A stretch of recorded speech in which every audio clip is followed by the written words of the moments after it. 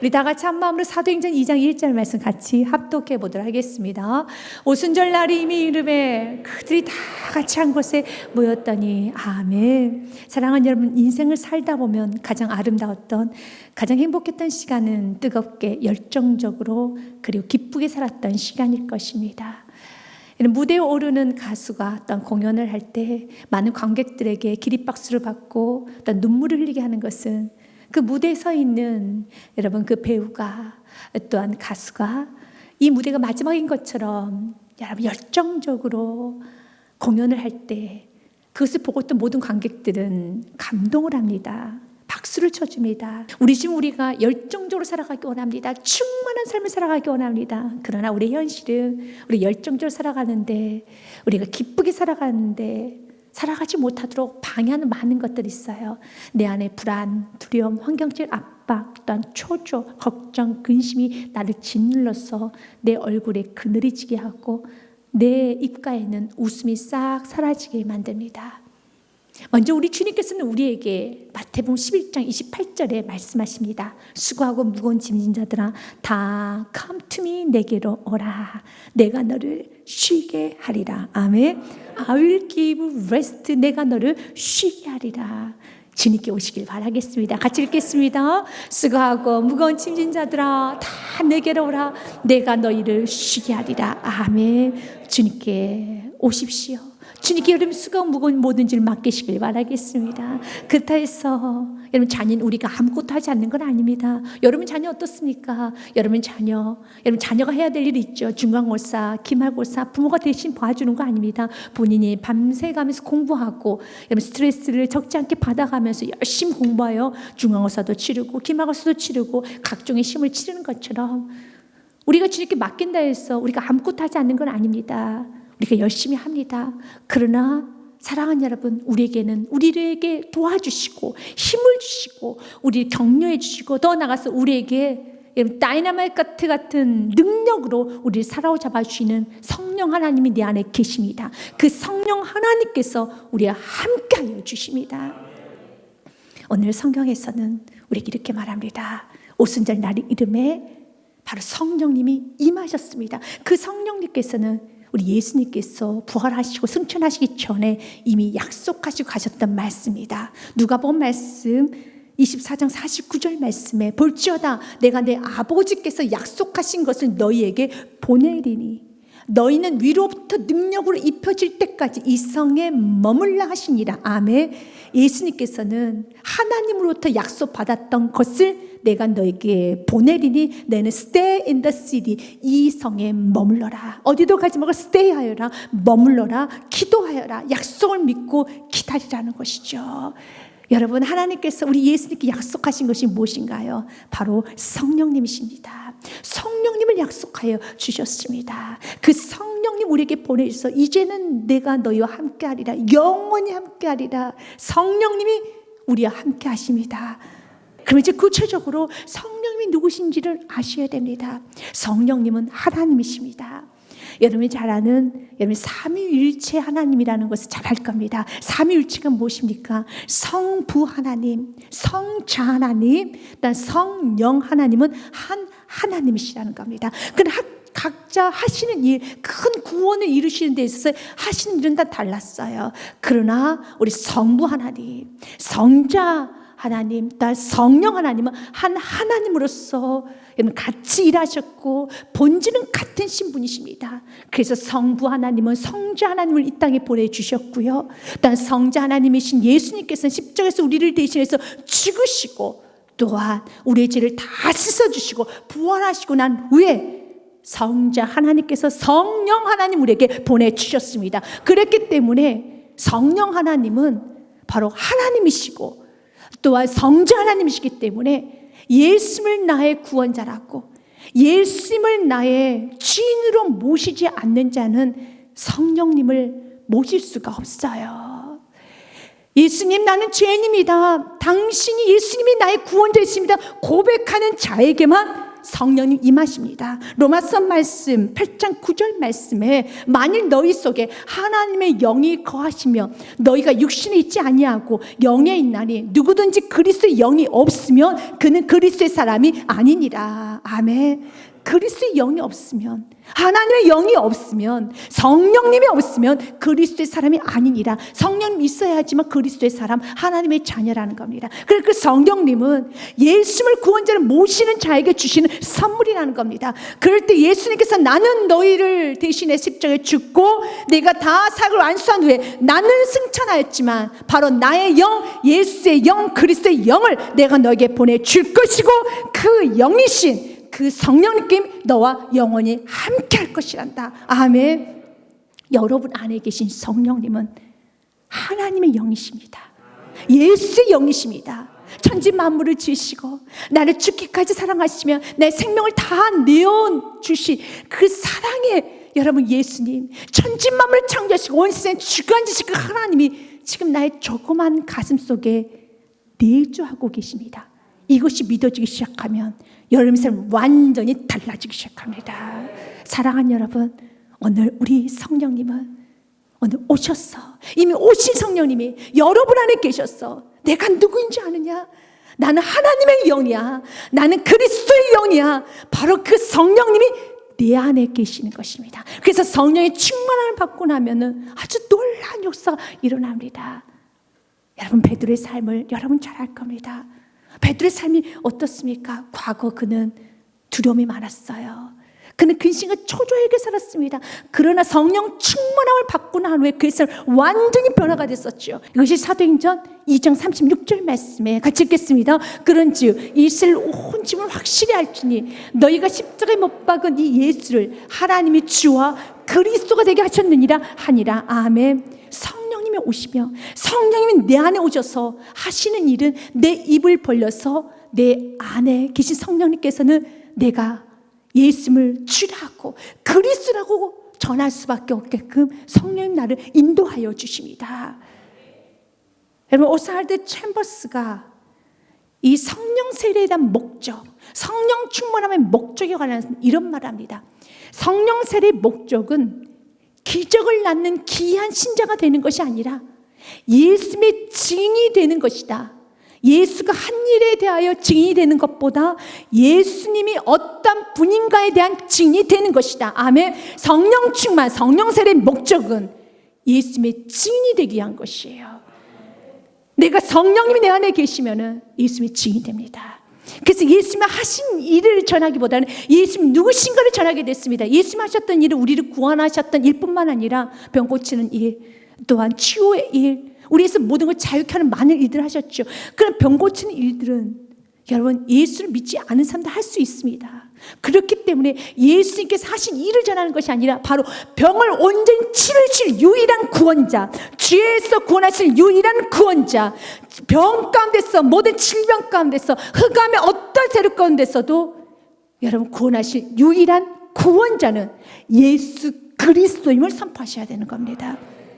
그 사도행전 1장 8절 말씀에도 성령이 너에게 임하면 너희가 권능을 받고 증인이 되는 것입니다. 같이 읽습니다. 오직 성령이 너에게 임하시며 너희가 권능을 받고 예루살렘과 온 유대와 사마리아 땅끝까지 이르러 내 증인이 되리라 하시니라. 아멘. 성령이 임하면 증인될 수 있습니다. 그래서 전도는 아무나 하는 게 아닙니다. 성령 임하는 사람만 할 수 있습니다. 성령 내 안에 계신 사람만 할 수 있습니다. 성령 충만한 사람만 증인될 수 있습니다. 성령 충만했던 베드로가 가장 먼저 했던 것은 여러분 예수님을 주라고 고백합니다. 예수님이 그리스도셔, 예수가 주님이셔라고 선포합니다. 그때 그 말을 들었던 3,000명이 되는 사람들은 여러분 회개하는 역사가 일어나요. 37절 말씀 보면 그들이 이 말을 듣고 마음에 찔려 베드로와 다른 사도들에게 물어 이르되 형제들 우리가 어찌할까 하거늘. 마음에 찔립니다. 사람을 변화시킵니다. 그리고 41절 말씀에 보면 놀라운 역사가 일어나죠. 3,000명이 세례를 받아요. 그 말을 받은 사람들은 세례를 받으면 이날의 신도의 수가 3,000이나 더하더라. 아멘. 베드로가 말씀을 전할 때 3,000명의 통이 자복을 합니다. 누가 했습니까? 여러분 베드로가 했습니까? 아닙니다. 베드로 안에 계신 성령님께서 그 영혼을 뒤흔들었습니다. 그 영혼을 완전히 정복했습니다. 그런데 기억하실 것은 그 성령님께서는 베드로를 통하여서 하십니다. 성령님께서 임했던 그 시기가 오순절 날에 임했다라고 했습니다. 구약에도 오순절이 있습니다. 유대의 3대 절기는 유월절과 칠칠절이라고 하는 오순절, 그리고 장막절이 있습니다. 유대의 3대 절기라고 할 수 있죠. 그중에 오순절을 보면, 오순절은 이스라엘 백성들이 40년의 광야 생활을 끝나고 가나안 땅에 들어갑니다. 그리고 나서 가나안 땅에서 처음으로 경작이라는 걸 합니다. 그리고 첫 소산을 주님 앞에 올려드린 것을 기념한 날이 바로 오순절이에요. 40년 동안은 하늘만 쳐다봤습니다. 하늘에서 만나가 떨어졌고 메추라기가 떨어졌어요. 그런데 가나안 땅에 들어가고 나서는 하나님께서는 만나 메추라기를 끊으셨어요. 그리고 이제는 이스라엘 백성들 손에 힘을 주셨어요. 그에게 지혜를 주셨고요, 지식을 주셨어요. 그래서 그를 통해서 소치를 얻게 만들어 주셨습니다. 바로 오순절, 그날 성령님께서 오신 겁니다. 동일합니다. 베드로가 말씀을 전합니다. 베드로가 움직입니다. 그러나 베드로 안에 계신 성령님께서 그를 움직여 주십니다. 그는 능력 있게 사용하십니다. 그에게 힘을 주십니다.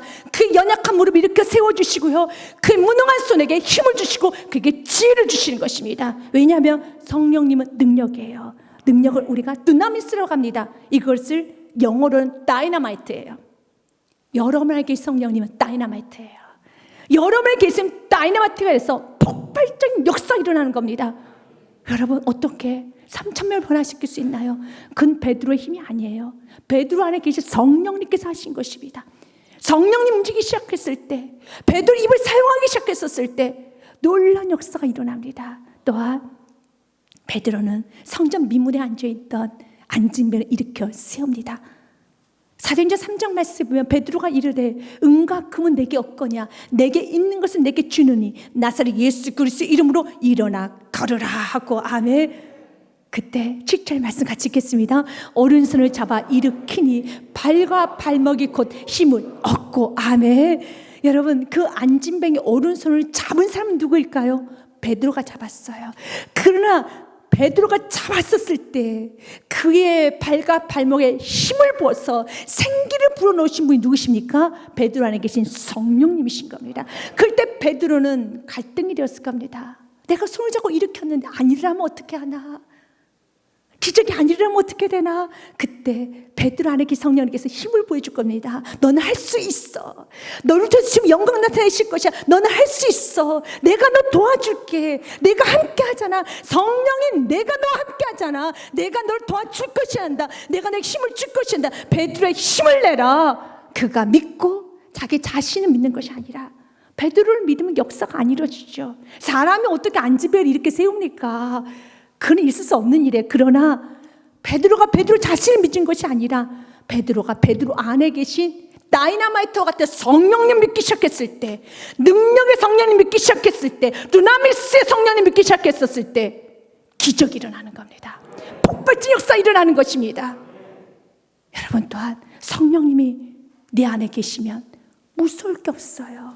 두려울 게 없습니다. 여러분, 인생 사는 거 어떤가요? 너무 두려울 때가 많죠.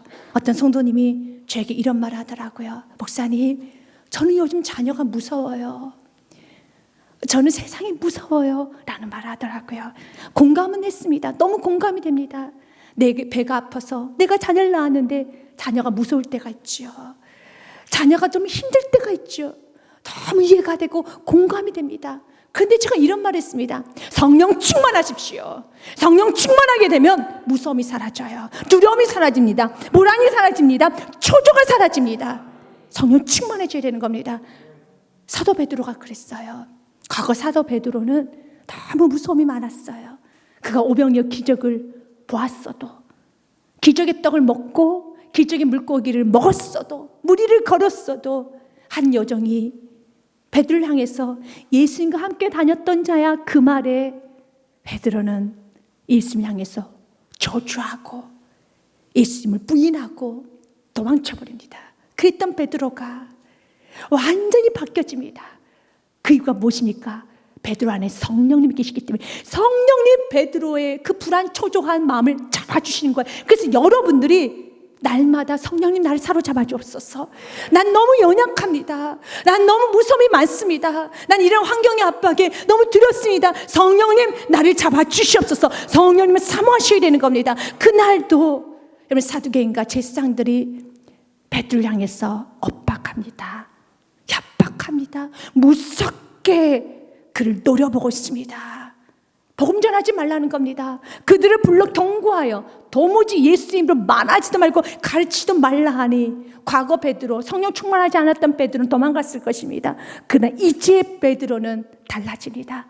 19절 말씀에 보면 베드로와 요한이 대답하여 이르되 하나님 앞에서 너희 말을 듣는 것이 하나님의 말씀을 듣는 것보다 옳은가 판단하라. 아멘.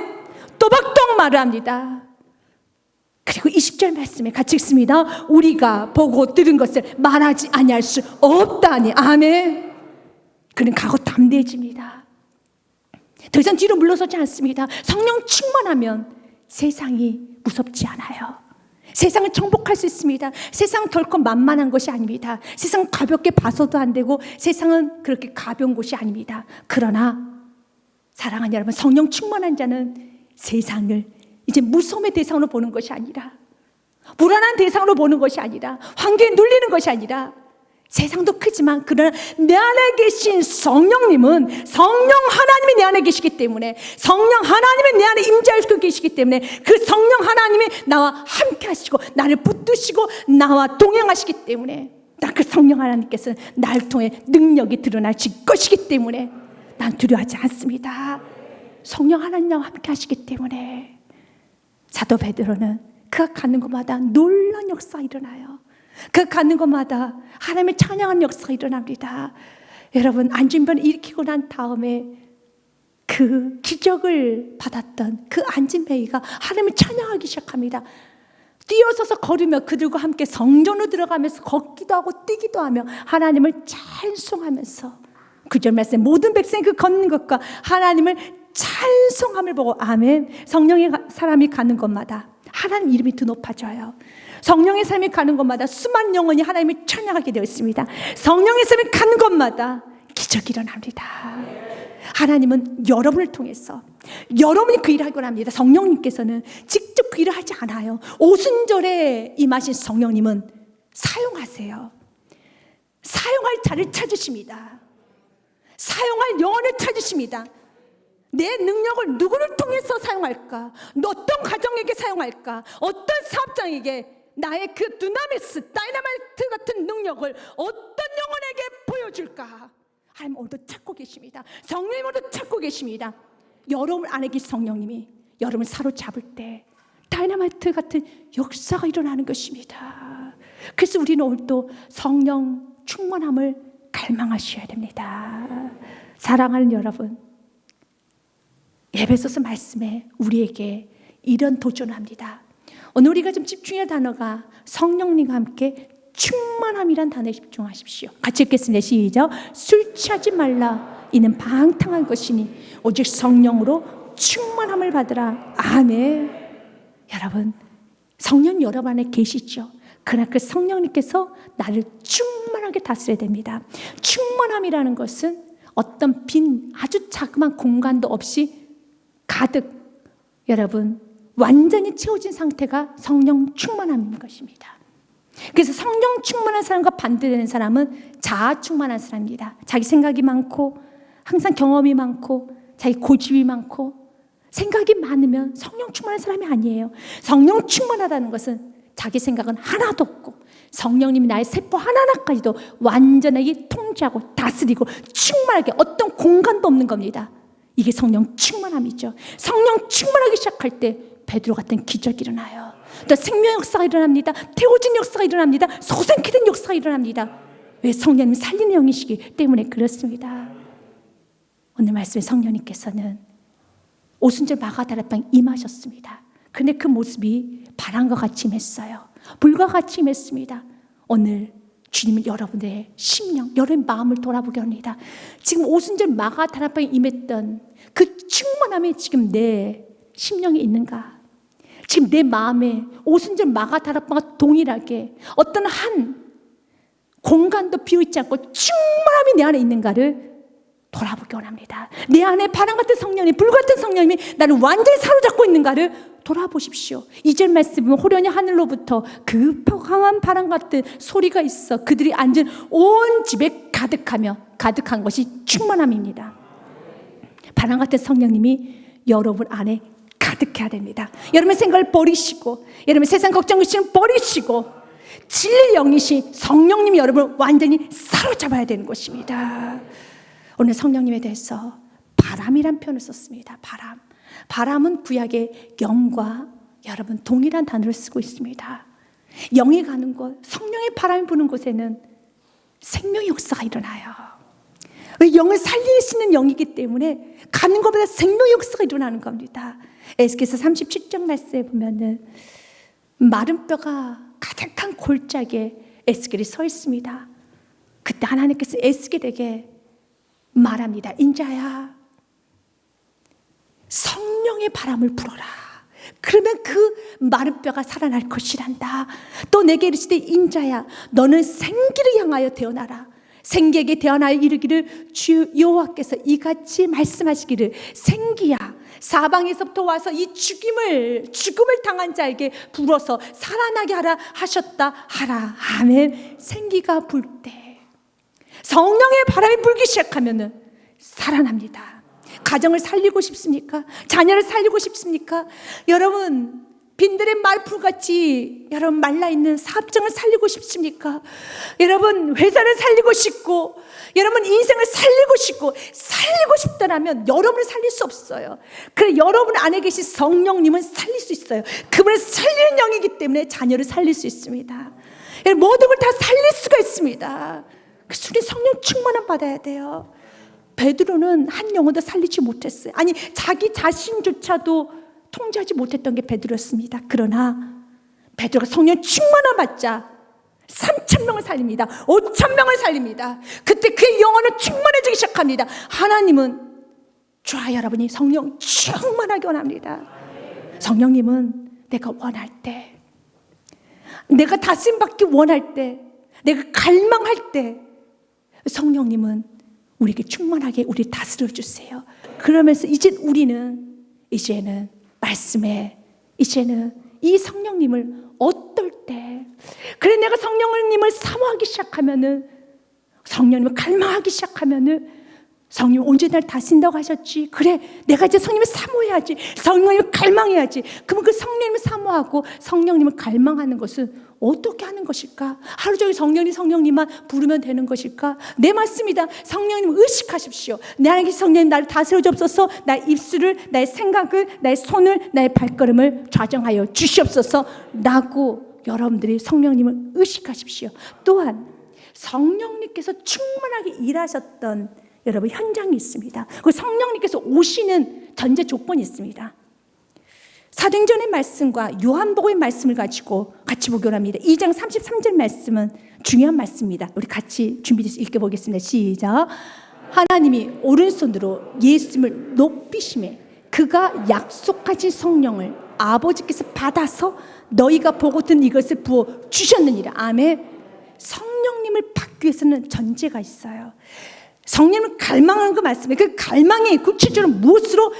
예수님을 높일 때 그가 약속의 성령을 보내주십니다. 내 삶에 나를 드러내고 나를 자랑하고 내가 나서기 시작하면 성령의 충만함을 받을 수 없어요. 그러나 예수님을 드러내기 시작할 때, 예수님을 높이기 시작할 때, 예수님을 자랑하기 시작할 때, 예수님의 역사를 드러내기 시작할 때 성령의 충만을 받는 것입니다. 요한복음 7장 말씀에도 예수님 이렇게 말씀하십니다. 믿는 자에게 성경의 이름과 같이 그 배에서 생수의 강이 흘러나오리라. 이것은 성령 충만함을 말합니다. 그 배에서 생수의 강, 성령의 능력이 흘러나오리라 하시니라. 그러나 39절 말씀에 이는 그를 믿는 자들이 받을 성령을 가리켜 말씀하신 것이라. 그러나 예수님께서 아직 영광을 받지 않으셨으므로 성령님이 아직 그들에게 계시지 아니하시더라. 예수님 영광을 받으셔야지만 성령이 오시는 겁니다. 예수님 높아지셔야지만 성령이 오시는 겁니다. 예수님 높아지지 아니하면, 예수님 영광을 받지 아니하면, 여러분 예수님 영광 나는 삶을 살지 아니하면 성령님은 여러분 다스릴 수가 없습니다. 그래서 출입 내 삶에 예수님을 높입니다. 내 삶에 예수만 온전히 섬깁니다. 드러냅니다. 그럴 때 여러분이 가는 곳마다 죽었던 영혼이 살아났고 죄악이 태워지고, 그리고 다시 한번 여러분 성령의 능력이 드러나서 갇혔던 자, 막혔던 모든 문제가 다 풀어진 역사, 자위 역사가 바로 여러분을 통해서 일어나는 믿으시길 바랍니다.